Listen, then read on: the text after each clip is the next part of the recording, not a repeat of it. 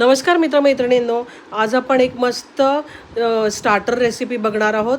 Chicken सीख कबाब इतके सोपे आहेत न करायला आणि चवीला तर अतिशय भन्नाट मस्तच आहेत. खूप आतून एकदम सॉफ्ट आणि बाहेरून असे छान ज्युसी होतात हे कबाब. इथे मी ना बोनलेस चिकन घेतलेलं आहे आणि ते चॉपरमध्ये बारीक करून घेतलेलं आहे. कांदा पण चॉपरमध्ये बारीक करून त्याचं पाणी काढलेलं आहे. हिरव्या मिरच्या घेतल्यात, कसुरी मेथी, कोथिंबीर आणि सुक्या मसाल्यांमध्ये धणा जिरा पावडर, लाल तिखट, चाट मसाला आहे आणि काळी मिरी पावडर आहे, हळद आहे. त्याच्यानंतर चाट मसाला नक्की घ्या बटर घेतलेला आहे 1 ते 1.5 चमचा.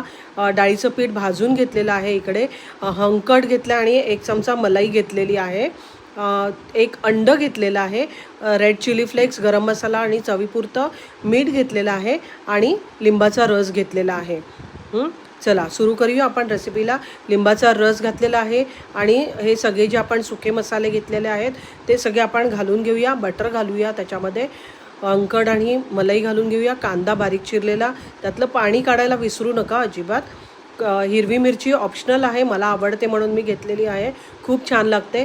कसुरी मेथी घालूया, भरपूर कोथिंबीर चिरून घालूया याच्यामध्ये आणि 1 अंडं घालूया आणि हे अगदी व्यवस्थित मिक्स करून घेऊया आपण छान.